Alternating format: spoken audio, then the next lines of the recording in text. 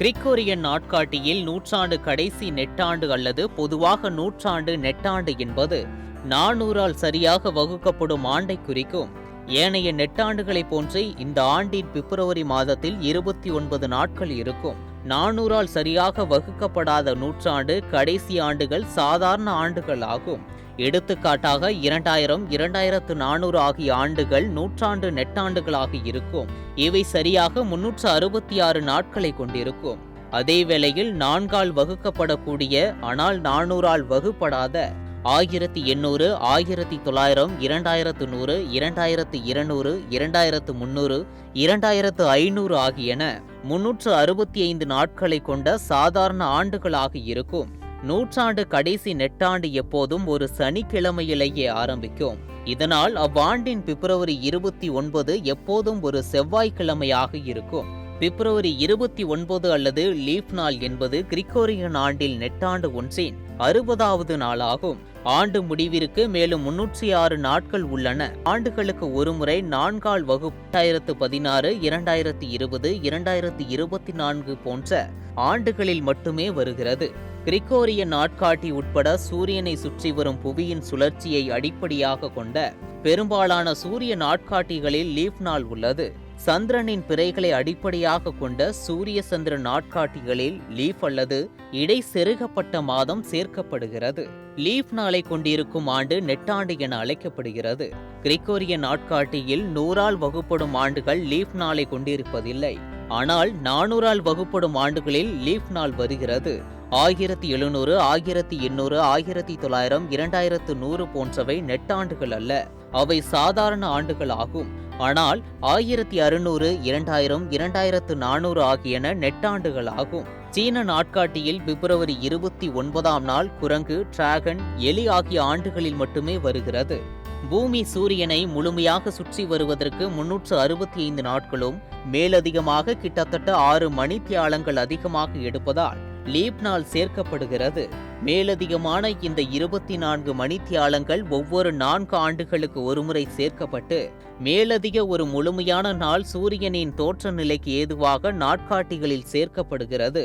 16ஆம் நூற்றாண்டு வரை பயன்பாட்டில் இருந்த யூலியன் நாட்காட்டி 4 ஆண்டுகளுக்கு ஒருமுறை இந்த லீப் நாளை சேர்த்து வந்தது. ஆனால் இந்த முறையில் அளவுக்கு அதிகமான நாட்கள் கூட்டப்பட்டு வந்தன.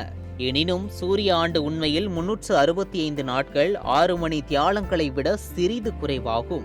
குறிப்பாக அல்போன்சி அட்டவணையின்படி பூமி சூரியனை முழுமையாக சுற்றி வர 365 நாட்கள் 5 மணித்தியாலங்கள் 49 நிமிடங்கள் 16 செகண்ட்ஸ்கள் எடுக்கிறது. இதனால் ஒவ்வொரு 4 ஆண்டுகளுக்கும் ஒருமுறை ஒரு மேலதிக நாளை சேர்ப்பதால் நாட்காட்டியில் 43 நிமிடங்கள் 12 செகண்ட்கள் மேலதிகமாக சேர்க்கப்படுகின்றன. இது 400 ஆண்டுகளுக்கு ஒருமுறை 3 நாட்கள் ஆகும். இந்த குறைபாட்டை சமப்படுத்த ஒவ்வொரு 400 ஆண்டுகளுக்கு 3 லீப் நாட்கள் கைவிடப்பட வேண்டும். பொது விதிக்கு விதிவிலக்காக கிரிகோரியன் நாட்காட்டி குறிப்பிட்ட திருத்தங்களை கொண்டு வந்தது. இதன்படி 100ஆல் வகுக்கப்படும் ஒரு ஆண்டு நெட்டாண்டாக இராது. ஆனால் அந்த ஆண்டு 400ஆல் வகுக்கப்பட்டால் அந்த ஆண்டு நெட்டாண்டாக இருக்கும். அதாவது 1600, 2000, 2400, 2800 ஆகியவை நெட்டாண்டுகளாக இருக்கும். அதே வேளையில் 400ஆல் வகுக்கப்படாத ஆனால் 100ஆல் வகுக்கப்படும் 1700, 1900, 2100, 2200, 2300 போன்றவை நெட்டாண்டுகளாக இராது.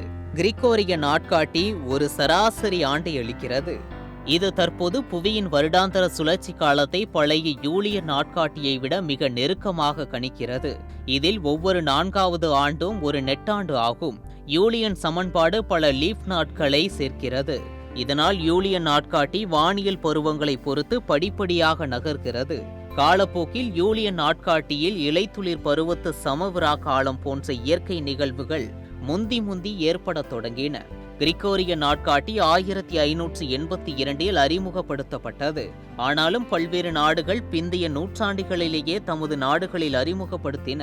1582க்கு முந்தைய தேதிகள் பொதுவாக யூலியன் நாட்காட்டியை பயன்படுத்தி கணக்கிடப்படுகின்றன. மேலும் வெவ்வேறு நாடுகளில் 1582க்கு இடையிலான தேதிகள் மற்றும் கிரிகோரியன் நாட்காட்டியை ஏற்றுக்கொள்வது குறித்து வெவ்வேறு மரபுகள் உள்ளன.